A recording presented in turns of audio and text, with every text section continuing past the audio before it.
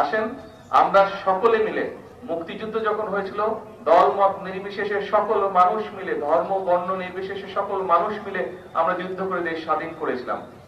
এই মাত্র কয়েকদিন আগের কথা, আমরা এই দেশ থেকে স্বৈরাচারকে বিদায় করেছি। সকল শ্রেণী পেশা, সকল ধর্ম মত নির্বিশেষে সকল শ্রেণী পেশার মানুষ রাজপথে নেমে এসে স্বৈরাচারকে এই দেশ থেকে হটিয়েছে। তার মানে আমরা সকলে মিলে যদি কাঁধে কাঁধ রেখে দেশের জন্য, মানুষের জন্য যেই কাজগুলো ভালো সেই কাজগুলো যদি আমরা করি তাহলে সকলে মিলে উপকৃত হয়।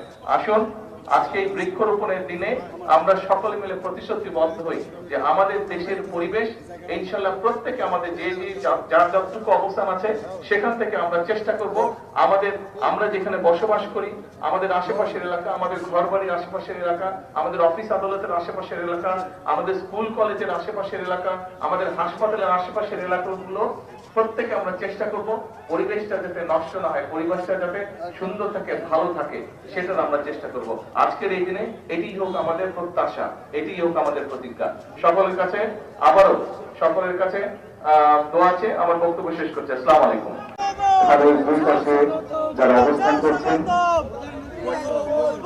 তারাও একটি করে গাছ রোপণ করবেন, অর্থাৎ উভয় পাশে নারিকেল সহ 350টি বিভিন্ন জাতের তারা রোপণ করা হচ্ছে আজকের এই বৃক্ষরোপণ কর্মসূচির মধ্য দিয়ে। আমরা রয়েছি। অসংখ্য ধন্যবাদ মাননীয় প্রধানমন্ত্রী আপনাকে। প্রত্যেকটি গাছের পাশে ছিলেন, সবাইকে গাছগুলো রোপণ করবার জন্য বিনীত অনুরোধ জানাচ্ছি।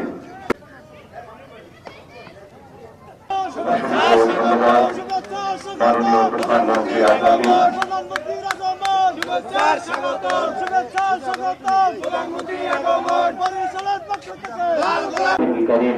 হে আল্লাহ, দেশ ও জাতির কল্যাণে মাননীয় প্রধানমন্ত্রীর সকল কর্মপ্রচেষ্টা কবুল করুন, সফলতা দান করুন। পরিবেশ সংরক্ষণের নিমিত্ত মাননীয় প্রধানমন্ত্রীর 5 বছরে